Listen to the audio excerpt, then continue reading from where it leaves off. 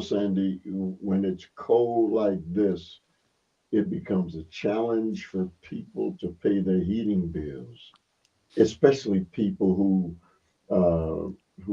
rent places that aren't sealed, Right. that don't have, uh, we're talking about affordability. I was listening to the president and his minions the other day, Sandy, and they were trying to make us believe that things are better. And since he's been in office and since they've been running things, and when people pointed out to them the things that weren't really good, they keep going back to this pat answer, Joe Biden. How long are they going to be able to use Joe Biden and the Democrats? And Well, the problems with affordability, I've been thinking about this and sort of looking at numbers, and this has been something that's been creeping up on us for decades. And some of it has been creeping up on us because of government inaction or government actions which have actually exacerbated the problem rather than improved it. Um, and people tend to talk about gasoline prices and grocery prices because that's the kind of stuff that they have to reach into their pocket and pay for every day. But the really big chunks of money that people are facing that they can ill afford, in addition to utilities, which have gone up a great deal, the cost of heating and the cost of electricity. But the big things are the cost of housing generally and the cost of healthcare generally.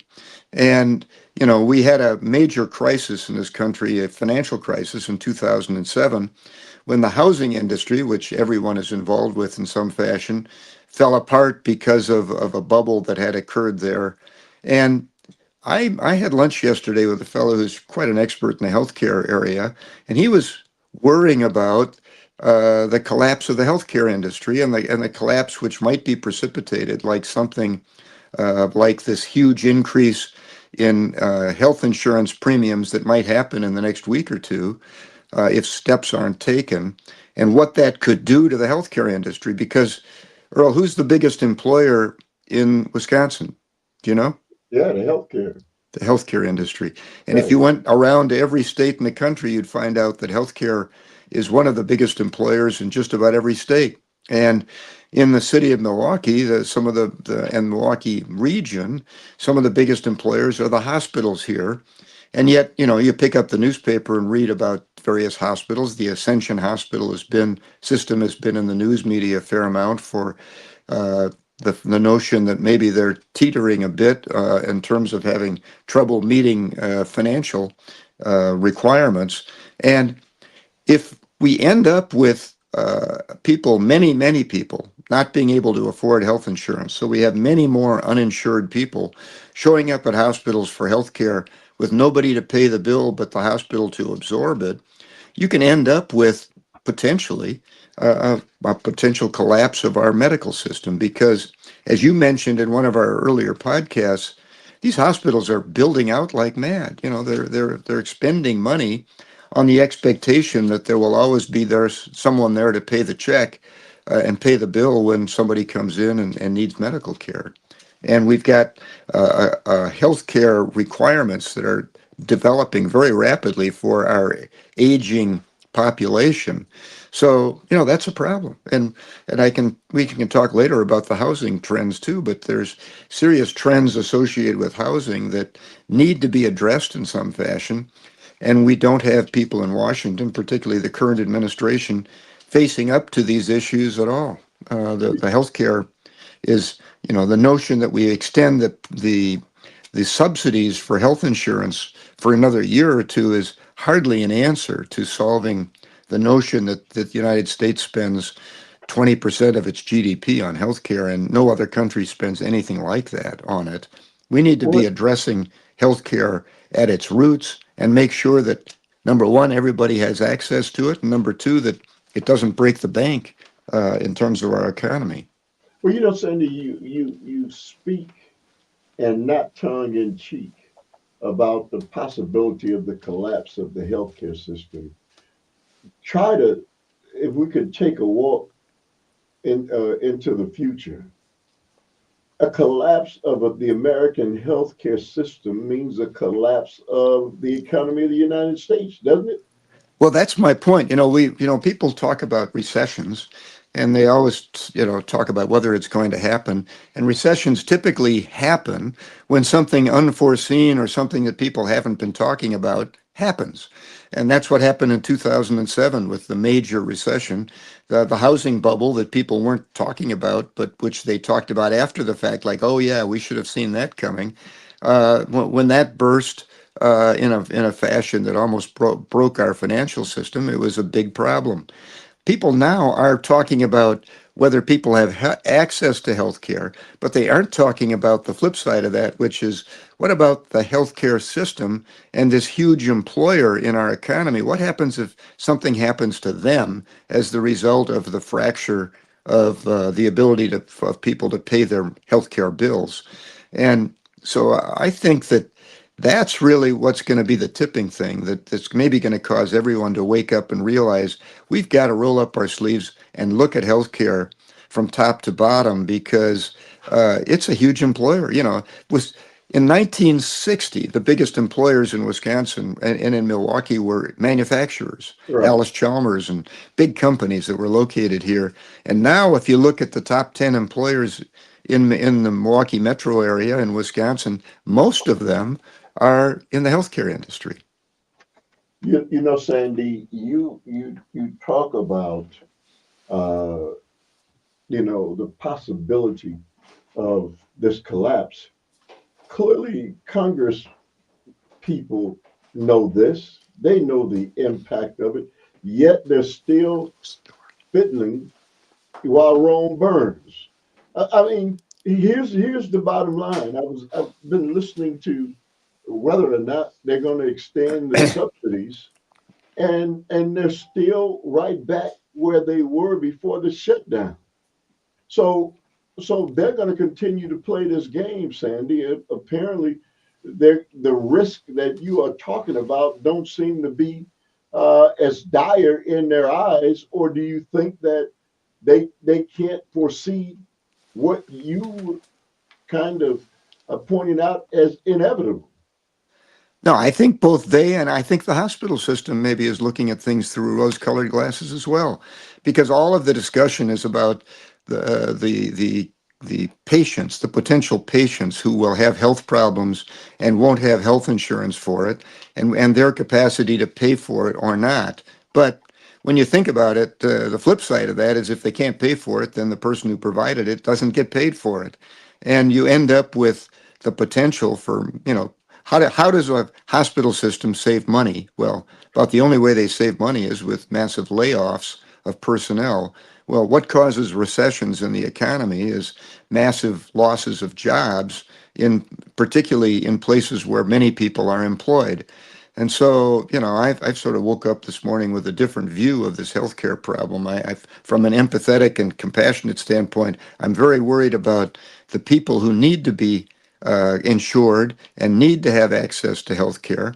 And that's the fundamental thing that most people ought to be worried about. But I'm also very worried about a healthcare system that might be way overextended and would be in a position of great calamity in the circumstance in which many people aren't insured and can't pay their bills. Because So, not being insured doesn't keep you from getting sick. Sandy, just to corroborate for a moment what you were saying about the 1960s and today in Milwaukee. And this is just Milwaukee, but this is probably the same all over this nation, only, different cities. In 1970, the 10 largest employers in Milwaukee, Alex Chalmers, A.O. Smith, Briggs and Stratton, AC Electronics, Harness Vega, American Motors, Slits, Paps, Miller. The 10 largest employers in 2004, Sandy, 34 years later: Aurora Healthcare, Covenant Healthcare, um, We Energies, GE Healthcare, Columbia St. Mary's. And then fast forward to 2021, Sandy, Milwaukee's 10 largest employers in 2021: Advocate Aurora Health, Freighted Health Inc., Ascension, Wisconsin, Medical College of Wisconsin, GE Healthcare, Children's Hospital. It's exactly what you just mentioned. And Yeah, and yeah, and I'm and sure it's that way all over the nation, right? it's yes, absolutely. What's trending in every well, look, 20% of our GDP is expended in the healthcare fields. So that means that probably, if you just put a linear relationship between dollars and employment, 20% of the people employed in this country are probably employed in something related to healthcare, or it could even be a larger number than that, because they might not be average wage employees. So it is a very big segment of our economy, and it's one which people ought to be worried about from the standpoint of compassion and empathy and human rights, but they also ought to be worried about it from the standpoint of economic welfare, and the capacity of our economy to thrive. And it's something that needs to be looked at, needs to be addressed.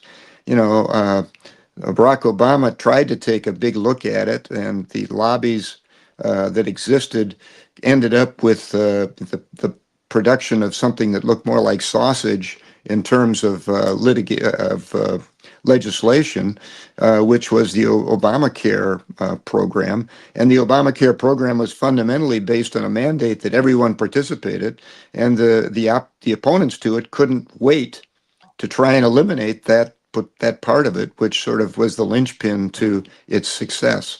So So Sam, we have a general consensus apparently as a country that pre-existing conditions ought to be not to be a bar to being covered, that everyone ought to have access to health care in some fashion, but we seem to have a complete logjam in terms of the intellectual process, the political process of evaluating what we do to our healthcare system to make it actually work. so Sandy, the worst part of it is you and I can't do anything to fix it, right? I mean, the people who we have in office right now are at the vanguard. They're the ones who need to make this happen. I think the American people don't understand the complexities. I know the American people don't understand the complexities. I know I have no concept at all about how healthcare works. Well, And well, it's so complex. join the army there, because I think even people in the healthcare industry are mystified by the Byzantine aspects of how all the various payors work, and the various sub uh, parts of the process for bundling insurance, bundling the healthcare providers, bundling the pharmaceuticals that people use. It's an unbelievably Byzantine process that was created by a bunch of special interests, not necessarily coordinating with one another. You know, Sandy, we talked about healthcare, I think maybe the last time or maybe the time before that. But it doesn't go away because everything is tied, the budget of our nation is tied into it. Yeah, You know, you looked at some numbers from 1960 about employment. In 1960, the average annual premiums paid to Blue Cross per family was approximately $144 to cover health care annually. And in 19 annual, annual. annual, annual. Wow. And in 2020, the cost was $25,436 annually for a family of four, including deductibles. So, in spite of whatever, the $144, if you inflate that to today's dollars, would be $1,300. So, what we've had is about a 2,000% increase here, and it's a crazy level of increase in the cost. Let me ask you, Sandy, because again, I always go back to, and you go back to it a lot too about that the employer used to cover that for us without paying any deductible. During my Right. lifetime as a young person and the youthful working 30 youthful working years that I had, we didn't pay any deductible as it related to our employer covered the whole thing, lock, stock, and barrel. It was all negotiated. Right. And now, if the employers have a package that they offer, But man, probably in some instances, 25% of what you're getting paid or more goes towards the insurance. Yeah, I mean, the cost of insurance to the employer has become a big problem.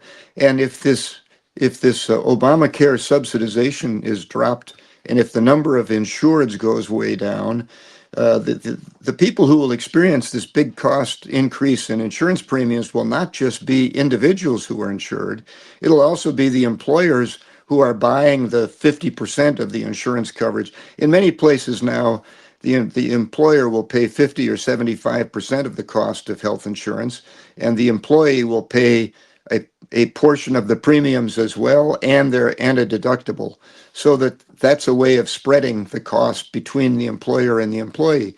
But that cost to the employer is going to go way up too, and which is a burden on our economy and on the expenses of every business, that increases their payroll cost. So, Sandy, are we relying on,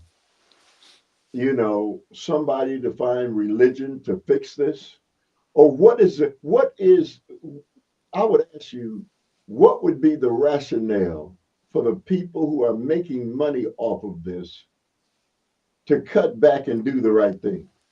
Well, that's the problem. It's so Byzantine that there are all kinds of people making plenty of money who are making it from opposite sides of the table. They aren't really necessarily cooperating with one another. They're just winning in the system because the system has been designed by them for them to do particularly well. So the people who make pharmaceuticals do well. The people who make medical implements and instruments do well. The people who do diagnostic imaging and that kind of things, they do well. The hospitals have worked it out in terms of how they recover their costs from insurers. It's just a very complex marketplace in which many people are operating in sort of the shade, or at least a partial darkness from the public, who all have their hand out in the process of taking a slice of the cost of medical care. And the sum total of this has been that the American system, while we have generated the capacity to provide very sophisticated medical care, is one of the least accessible systems to the people who live here, number one. And number two, it consumes a higher percentage of our GDP by a large number in terms of a percentage, as compared to any other developed country. I think Germany might have something like 12% consumed by healthcare costs. We have 20. So So, that's a very big burden on the economy. Sandy, you're a free market guy. Is this an instance where the free market is can't be regulated, or and so it's not going to regulate itself? Well, the So design of this system was not designed by a marketplace. This was designed, uh, sort of like I said when we talked about it, by someone backing into a cactus in terms of, and then a bunch of political lobbies that have designed it over time. Um, but my fear is that we aren't going to get the attention of the politicians to actually roll up their sleeves and evaluate this at the ground level, uh, until they get hit upside the head with a board, much like I guess you get the attention of a donkey. But um, the and I'm afraid that that board that's going to hit them is going to have to be some calamity, some maybe economic calamity that's precipitated by this Byzantine system, yeah, but because all they're talking about now are band-aids, Sandy, and yeah. go ahead, go ahead. Well, the Band-Aid is that we talk about now is the subsidization. And that subsidization is necessary primarily because the mandate didn't survive, and so the Obamacare insurance programs are not benefited by having universal participation in the insurance pools, which would have driven down the cost of insurance. So now we have kind of the worst possible in terms of the outcome. People want to point at Obamacare and blame it. That isn't really the culprit. The culprit is that Obamacare was robbed of its linchpin of the mandate, which then crippled it. But we still had the problem, and we still have the problem of a third party in payor process that's dependent on the private insurance industry, and we end up with the outcome we have. Sandy, them the the politricksters getting hit upside the head with the board is no consolation for the American people because that means total collapse. Well, unfortunately, that's been a lesson we've learned over time, right? I mean, the housing Yeah, industry and was doing what it was doing, and it was kind of running wild and ran amok, and we got hit upside the head with a board. But the board that hits doesn't hit a politician upside the head; it actually hits the economy. It hits Tom, Dick, and right, Mary, right. and then the politicians realize they have to do something about it. And I fear that that's what's going to happen now. Is that we're toying with two different segments of the economy: housing, which is immensely expensive, and we aren't really spending much time trying to address the solutions to it. And we can talk about some of the trends that have created it.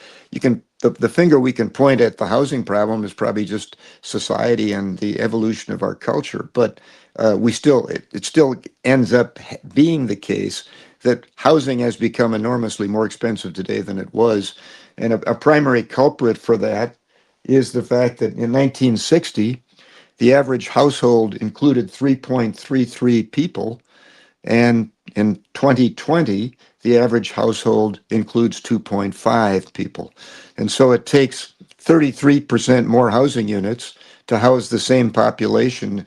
In today's 342 million population in the United States, with 2.5 people in each household, it takes 137 million units. And if we had the 3.33 people per household as we did in 1960, it would only take about 102 million units. So we need 35 million more housing units today for the size of our uh, population than we would have needed for the same population in 1960. And that puts a tremendous burden, a cost burden on the housing industry, and it also creates a great deal of demand for housing, which drives its price up. So, okay, that's the cause. We aren't going to force people to live together to get that household number back up to 3.33, but we do need to address in some fashion making housing more affordable, because housing costs today cost about $25,000 annually on average for a family, and in the 1960 period, that number was a tenth of that. Okay, and so if you take healthcare at 25,000 and housing costs at 25,000, that's 50,000 out of the 67,000 median income, which is, unsustainable. So we've got a couple of trends here that need to be addressed, need to be focused upon, and it isn't with a band-aid, and it isn't with some ideological answer like let's cut out the subsidy and let people fend for themselves. Sandy, now you're talking about housing and the price of housing that really, when you're looking at what the increases in the amount that people are being paid, the Trump administration is touting how, things are, and people are making more money since he's been in office, and things have really increased for the average person. Yet the price of housing continues to escalate. Sandy, we're in a situation almost of no return. Not enough housing. The lack of housing means the price of housing is going to continue to soar. And so less and less people making enough money. I mean, it's really kind of a bad omen for the future, Sandy. Well, in fact, in 2025, actually, the household size went from 2.5 to 2.6, and then that was so it went up a little bit. And you know what the explanation was? What? uh, the adult children of couples were moving back home because they couldn't afford a housing unit when they got done with college and or got done with their training, and so more and more families are finding adult children living at home, which is increasing the housing the number of people living in the household, but it's only because household costs have become so high. And it's an interesting barometer to look at to realize the extent to which Now the cost of housing is driving us culturally in a new direction. So, Sandy, there are no quick fixes to any of these things we're discussing right now. You're not going to be able to click a switch on and move things. It's going to take people sitting down for years and bit by bit kind of working this through. Is it safe to say that? Well, yeah, government is sort of the way that individuals in a nation deal with shared problems and try to figure out the solution to their shared problems. And, the marketplace drives housing, but everybody in this country is experiencing a shared problem of the cost of housing. Everyone in this country is experiencing a shared problem of the cost and access to health care. And what we need now is for people to decide that, I think, that government does provide value from the standpoint of potentially being the vehicle for solving shared problems. And what we need are people who will now uh, drop some of the ideological barriers they might have to, number one, saying, yes, actually, government might be able to do some good here. We have to examine how it is they might do it. And number two, let's roll up our sleeves, figure out what the problems are with respect to our healthcare costs and access to it and our housing costs, and figure out whether there's something that government could, should, or would do, and should we have a government do these things that might help mitigate or solve the problems. But that's not the way we're currently built in this country. We seem to be identifying the problem, jumping up and down about it, blaming the other side for the problem without discussing the solutions that might be brought to bear on the problems. And I think this could sober America up and say, you know what? Maybe government can be the vehicle for a discussion about, an analysis of, and potentially the development of solutions for these very serious problems. So, Sandy, but look, clearly, one side says government is too big. We need to pare government down. The other side says government is important. And in many instances, people say that the government went too far in trying to spoon feed the American people. There's got to be something somewhere where people decide, okay, the wealthiest amongst us we cut their burdens financially, and which help support government. And then there's another side of it where people understand we kind of need health care. People can't afford to do it. Government plays a role in it. How do you fix that, Sandy? Well, let's take healthcare and let's look at the way various parties have addressed it. There was a time when the Democratic Party wanted to address healthcare at its basis and figure out, should we have the government providing healthcare insurance for all, the whole so-called Medicare for all Right. solution. And that still is, however, premised on a third-party payor system. But we've had a willingness at some level to roll up our sleeves and go back to something closer to ground base, a zero-based position to reanalyze our system. But ultimately, that has turned into a debate about whether we ought to subsidize those people who can't afford the cost of this way too expensive system.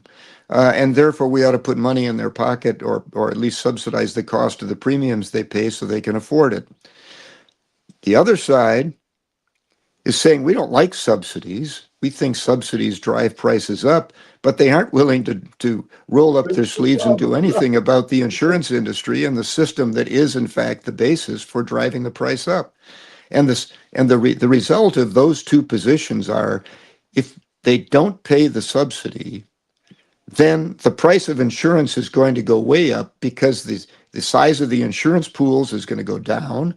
The number of participants in the insurance pool is going to go down. The price of insurance, therefore, for everyone is going to go up. And there are going to be many fewer people who have access to healthcare insurance, or at least can pay for the healthcare, pay for the healthcare that they are able to get by walking into an emergency room. And so, you know, right now we've got sort of a dysfunctional approach because no one's willing to take on, I guess, the lobbies of the insurance industry and the various lobbies that have helped build this. It's like building an elephant in the dark, and it doesn't look anything like an elephant in terms of what's been created for our healthcare Hey, system. Sandy, you just this is something that I've always never really understood, and it's always peeved me off. The lobbyists. Nobody's willing to take on the lobbyists. Well, elected officials aren't willing to take on the lobbyists. We elect them to do our bidding, Sandy. We can't deal with any of those things. The way our Well, the system is set lobbyists, up. yeah, when I say Listen, lobbyists, it's probably not quite a fair way to describe. They're not willing to take on the status quo because what the status quo involves is tens of thousands of people employed by these employers who are vested in and are basically there because of the design of our healthcare system. And so, the 20% of our GDP that's consumed, some of that is hospitals, maybe four, I don't know what percentage of, let's say 14% of it is hospitals and direct kinds of healthcare. But 6% of it might well be the insurance industry and the people who are involved with this Byzantine structure associated with how we deliver healthcare. That's lots of employees, and those employees all vote in districts. And when lobbyists show up in a congressman's office to talk to them, they usually are able to color an argument that's based on the interests of the constituents of the congressman. So they'll, if the defense industry will point an Oshkosh truck up in Oshkosh when they're yeah, talking to the yeah, Oshkosh congressman. The hospital industry will point at these tens of thousands of people employed by hospitals in Wisconsin when they're talking to congressmen. The insurance industry will do the same thing. And so, what's difficult is for our political process to take on a status quo which has such a substantial vested position in our economy that it is 20% of the economy. okay, so Sandy, and so at the root of this is you and I lived at a time when this wasn't a major issue. So it worked. And so now it's not working. And now it's almost a total collapse. So something happened in between, Sandy, it working because they didn't totally change the system, right?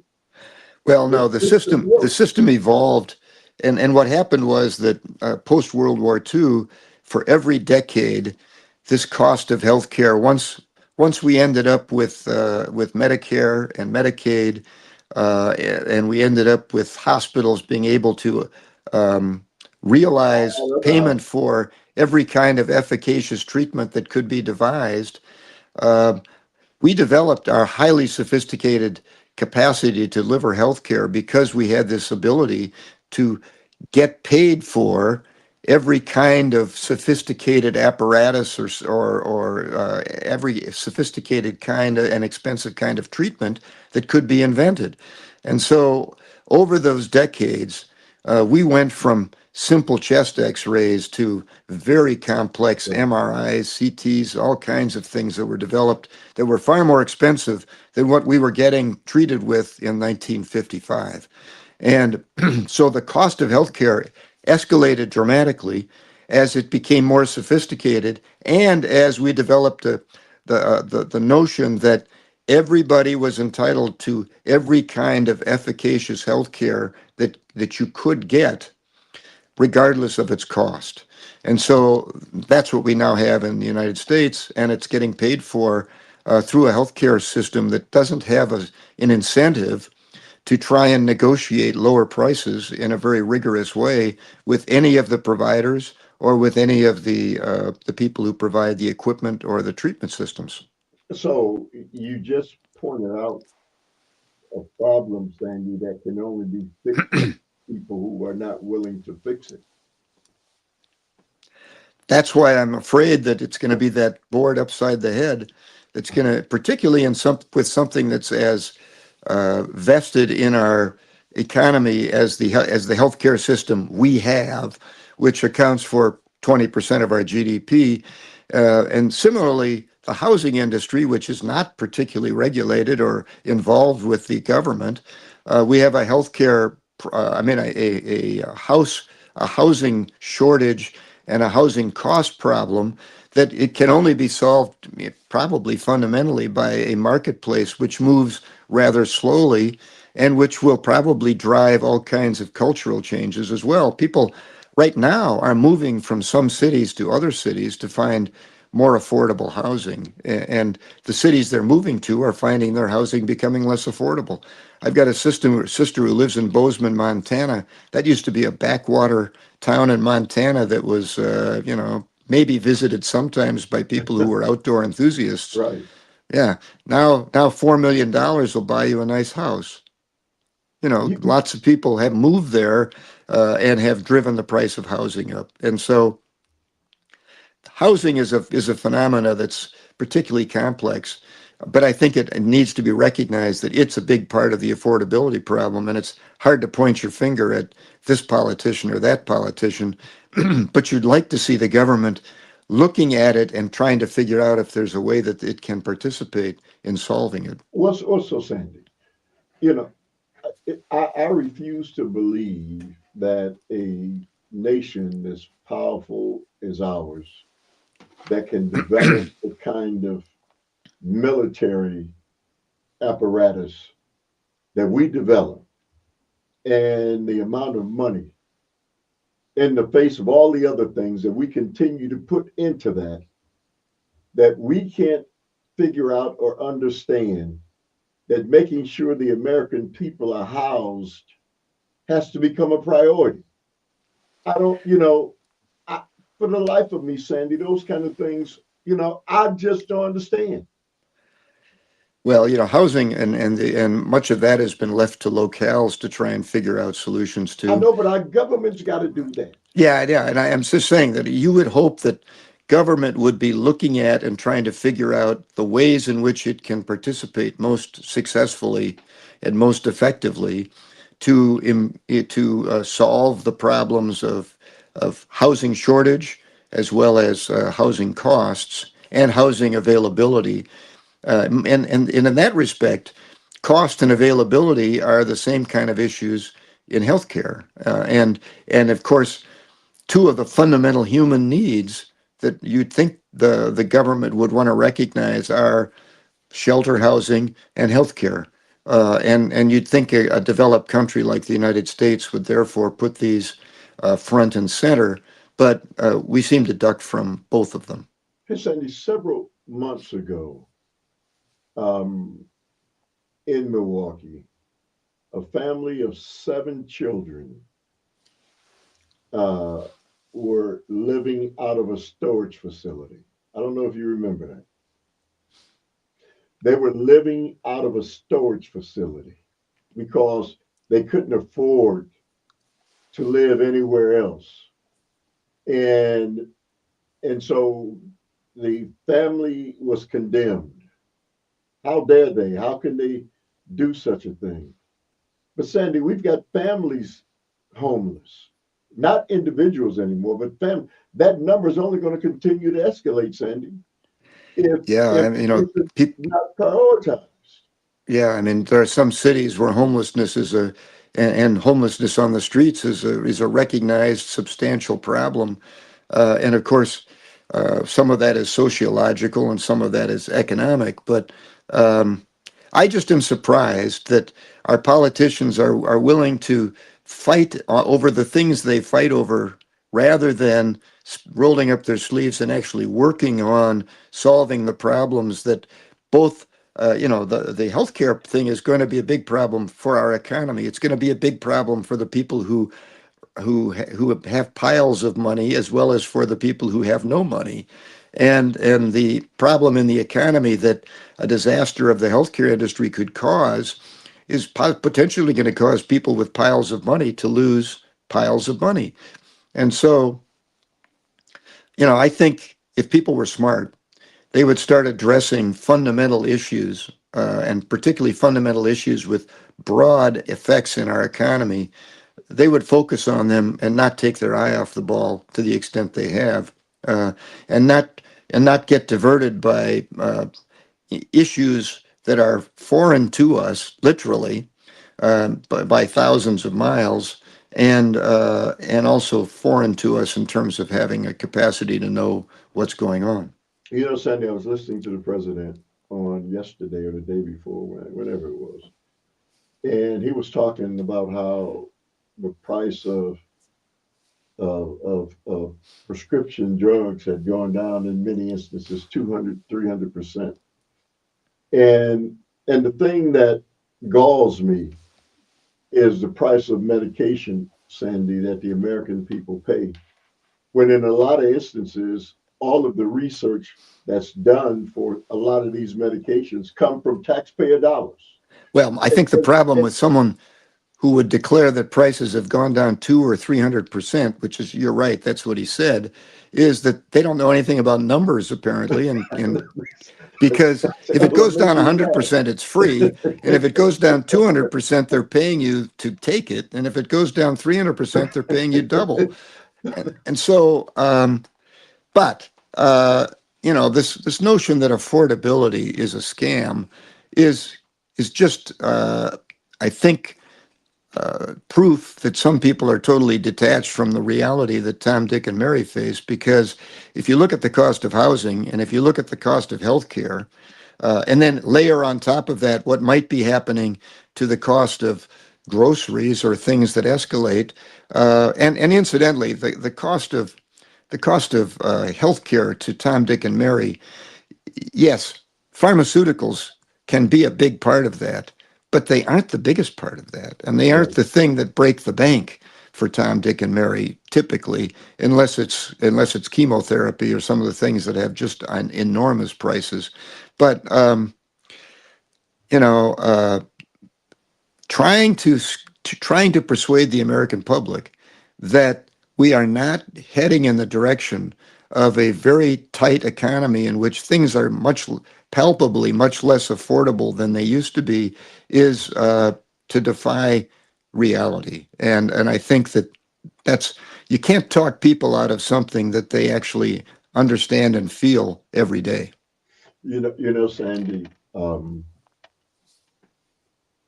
not only is the healthcare system broken, not only is the educational system broken, not only is the housing system broken, um, it almost appears that our nation itself is headed down a path uh, that, if it's not prioritized and we get away from the politics, but I guess we can't get away from the politics because that's, apparently that's more, important than the realities that people are faced with.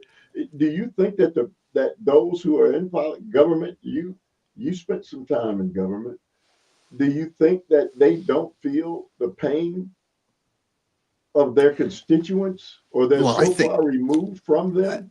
it's kind of like when you have a desk and you've put stuff up in the corner of your desk to do later. You And never some of get those to it. things that you put up in the corner are really complicated, and you're not sure you know how to solve those things.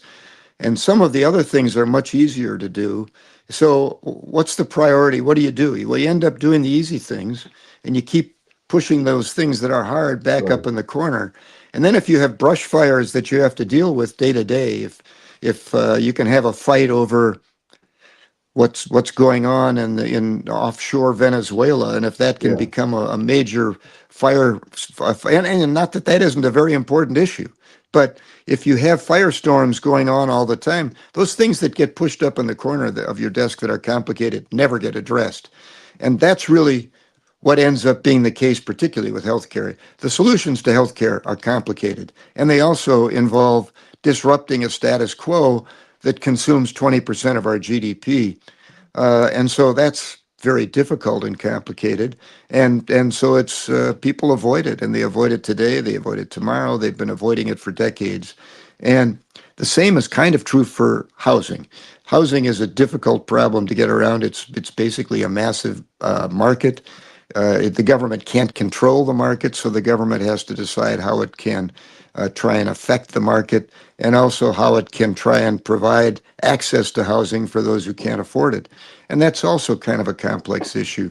And so it goes up on the corner of the desk, and everything else that's a flashpoint that's either more fun to deal with, easier to deal with, or is getting more public attention in the moment, it gets dealt with. You know, Sandy, it's a good assessment. I mean, what you just pointed out, without question, is probably what is happening. But that can't be acceptable, man. We're talking about the people, right? We're talking Well, about the American people, and they're not invisible, Sandy, yeah, right? I It think doesn't matter. I think the American people have to get up on that corner of the desk and be standing there on top of the pile, making it the most significant thing. I mean, that's the only reason it's uh, stalled up there on the corner is the American public as well doesn't really know how to do anything but let them malinger about it. They aren't forcing their hand. Politicians basically, I mean, I knew this from uh, Pat Lucy, when I was his legal counsel, told me that someone very wise told him, never solve a problem until you have to. And that's kind of the political way politicians operate. Never address a problem and solve it until it's put before you in a manner that requires that you deal with it. And so, I think that's the problem. These two issues do not get put before politicians in a manner that requires them to solve it. So let me ask you, Sandy, wasn't once upon a time that's where the media came in, and even before the media was had as many outlets as it has now. 24-hour news cycles. You know that when we had 6, 4, and 12, and Chet Huntley and Chet, I forgot what his name is, and Yeah, Chet Huntley. yeah, and and those guys, they were able to speak for the American people straight to the Congress. Only a handful of them, and get these things addressed. Well, that until they were able to do it on a bunch of things, but not on complicated things. Our healthcare system evolved under their nose, and the problem was that the healthcare system was working, and then it was working, and it was working, and it wasn't until the 1990s that employers began to run the numbers and figured out that the trend line for the cost of healthcare and the way they were providing it as a benefit was gonna break their back, and so they started shifting it onto the employees and trying to find ways to avoid it. So, um, yeah, I would say that the lack of an organized media has made us less able to have a good political attention span. But I think these problems were fundamental from the beginning, and it was just that the Americans embarked on a system of employee-provided, insurance-covered healthcare subsequent to World War II, when all the rest of the world was going in a different direction. And we went in that direction and have been going in that direction until now. And now we're finding that it's filled with problems. Sandy, Dr. King talked about two separate Americas, and many years ago, and it is even more. You know, you can see it even brighter today. That these two separate Americas, the middle class, Sandy, that used to be kind of a buffer. We know that middle class now, as you stated, you call them Tom, Dick, and Mary.